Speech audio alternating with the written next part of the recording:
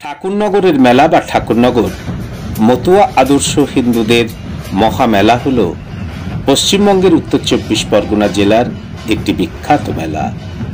মেলাটি প্রতি বছর চৈত্র মাসের প্রথম বা মাঝামাঝি সময় শুরু হয় এবং ৭ দিন ধরে চলে এই মেলা। মেলাকে কেন্দ্র করে মহারাষ্ট্র, কর্ণাটক, ছত্তিশগড়, বিহার, ঝাড়খণ্ড, উড়িষ্যা সহ দেশের প্রায় প্রতিটি রাজ্য থেকেই মতুয়া হিন্দু ভক্তরা ঠাকুর বাড়িতে আসেন। বাংলাদেশ, মায়ানমার থেকেও আসেন অনেক ভক্ত। কামনার সাগরে ডুব দিয়ে পূর্ণ স্নান সারতে চান সকলে। প্রতি বছর হরিচাঁদ ঠাকুরের জন্মতিথি মধুকৃষ্ণ ত্রয়োদশীতে পূর্ণ স্নানের মাধ্যমে ওই মেলা শুরু হয় এবং মধুকৃষ্ণ ত্রয়োদশীতে পূর্ণ স্নানের পুণ্যতিথিতে ভক্তরা কামনার সাগরে ডুব দেন, কারণ তারা মনে করেন এই তিথিতে তারা স্নান করলে নাকি তাদের মনের কামনা পূরণ হয়। ১৮১২ খ্রিস্টাব্দে অবিভক্ত বাংলার ফরিদপুর জেলা, বর্তমানে বাংলাদেশের ওরাকান্দি গ্রামে মতুয়া ধর্ম আন্দোলনের প্রবর্তক হরিচাঁদ ঠাকুরের জন্ম হয়। প্রচলিত বিভিন্ন ধর্মভাবনা থেকে এই মতুয়া ধর্মভাবনা নানা কারণে একটু আলাদা।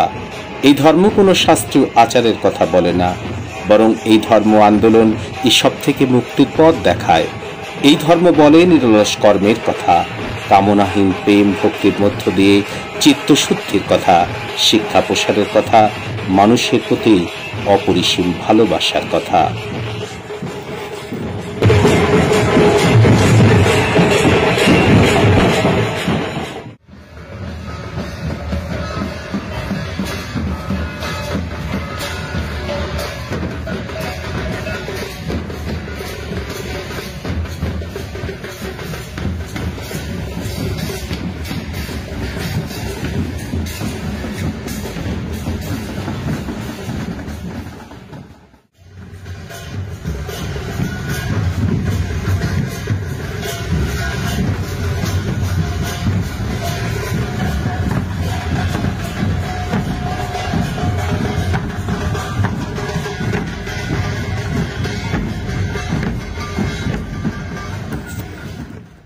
হরিচাঁদ ঠাকুর এবং তার পুত্র গুরুচাঁদ ঠাকুর জাত, বর্ণ, ধর্ম সবকিছুর ঊর্ধ্বে উঠে মানবিকতার এক মহান আদর্শ প্রতিষ্ঠিত করেছিলেন।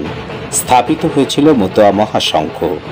এই মতুয়া মহাসংঘ প্রথমে ফরিদপুরে ওরাকান্দিতে প্রতি বছর চৈত্র মাসের মধুকৃষ্ণ ত্রয়োদশীতে হরিচাঁদ ঠাকুরের জন্মতিথি উপলক্ষে মহাবারুণী মেলার সূচনা করেছিল। ৩০ ভাগের পর পশ্চিমবঙ্গের উত্তর ২৪ পরগনার বনগাঁ মহকুমায় প্রতিষ্ঠিত হয় হরিচাঁদ ঠাকুরের স্মৃতিতে ঠাকুরনগর এবং শুরু হয় বাৎসরিক মহাবারুণী উৎসব, যার বর্তমান নাম মতুয়া মহামেলা। ঠাকুরনগর প্রতিষ্ঠিত হয়েছিল ১৯৪৮ খ্রিস্টাব্দে এবং ১৯৪৯ থেকে শুরু হয় মতুয়া মহামেলা। হরিচাঁদ ঠাকুরের পৌত্র প্রমথু রঞ্জন ঠাকুর ঠাকুরনগরে এই মেলার সূচনা করেছিলেন। এরপর থেকেই প্রতি বছরই চৈত্র মাসে মেলাটি অনুষ্ঠিত হয়ে চলেছে। এই মেলা বর্তমান সময়ে শহর, রাজ্য, দেশের সীমানা ছাড়িয়ে আন্তর্জাতিক মেলায় পরিণত হয়েছে। ভারতের বিভিন্ন প্রদেশ থেকে, এমনকি সুদূর আন্দামান নিকোবর দ্বীপপুঞ্জ থেকেও মতুয়া ভক্তরা এই মেলায় আসেন।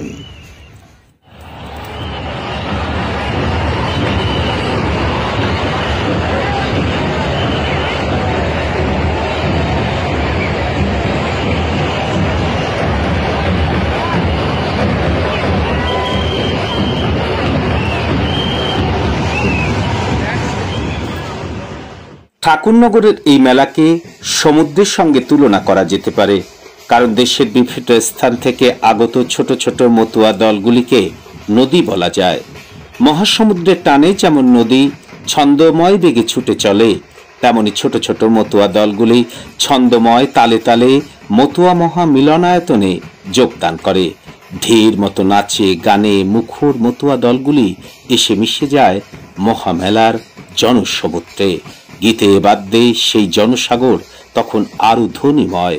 আনন্দ ধ্বনিতে মুখরিত হয়ে মতুয়া মহামেলার মহামিলন ভূমি, যার কোনো তুলনা নেই। হাজার হাজার মতুয়া দলগুলি শৃঙ্খলাবদ্ধভাবে জয় ডঙ্কা ও শিঙা বাজিয়ে, নিশান উড়িয়ে, নৃত্যের তালে তালে নামে গানে মাতোয়ারা হয়ে মহামেলায় যোগদান করে, আবার একইভাবে শৃঙ্খলাবদ্ধ রীতিতে বেরিয়ে যায়। ভক্তদের মধ্যে তখন ধনী দরিদ্র, উঁচু নিচু কোনো শ্রেণী বিভেদ থাকে না। উৎসবের সময় মেলা সংলগ্ন এলাকায় প্রতিটি বাড়ির দরজা এ সময় ভক্তদের জন্য খুলে দেওয়া হয়। বাড়ির মালিক পুণ্যার্থীদের খাওয়ানোর ব্যবস্থা করেন। বিভিন্ন ক্লাব ও স্বেচ্ছাসেবী সংগঠনের পক্ষ থেকে ঠাকুরনগর, খেলার মাঠ সহ নানা এলাকায় বিশাল প্যান্ডেল করা হয়। দর্শনার্থীরা এবং মতুয়া ভক্তরা যাতে গরমে পিপাসায় কষ্ট না পান, তার জন্য খোলা হয় প্রচুর জলছত্র। এই মেলায় মৃৎশিল্পী, কাঠশিল্পী, ময়রা, মুদি, কামার, মালাকার, সাতশিল্পী, ছোট ছোট কুটির শিল্পীর সামগ্রী যারা বিক্রি করেন, তারা সবাই অপেক্ষা করে থাকেন এই কয়দিন মতুয়া মহামেলার জন্য। কেবল অপেক্ষা করেন না, আর্থিকভাবে সুসমৃদ্ধ হন মতুয়া মেলা থেকে। ঠাকুরনগরের মেলায় হাতা, খুন্তি, কড়াই, হাড়ি থেকে শিলনোড়া, বেতের আসবাবপত্র, বাঁশের বোনা নানা সামগ্রী থরে থরে সাজানো থাকে মেলার অস্থায়ী দোকানে। নামে গানে মাতোয়ারা মতুয়া দলগুলি যখন হরিমন্দিরের সামনে নাচ গান করেন, ভক্ত গৃহী নারী পুরুষরা তাদের উদ্দেশ্যে মুঠো মুঠো বাতাসা ছিটিয়ে দেন।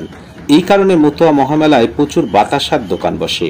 এই মেলায় বিক্রি হয় কিছু বিরল সামগ্রী, যেমন হুকো, কলিকে, কাঠের খড়ম ইত্যাদি। খাবারের স্টলগুলি ভিড়ে থাকে জমজমাট। পৃথিবীতে আর কোথাও এমন মেলা বসে না যেখানে হিন্দু, মুসলিম, খ্রিস্টান একই সঙ্গে একই ধর্মমতে অনুষ্ঠানে উপস্থিত হন।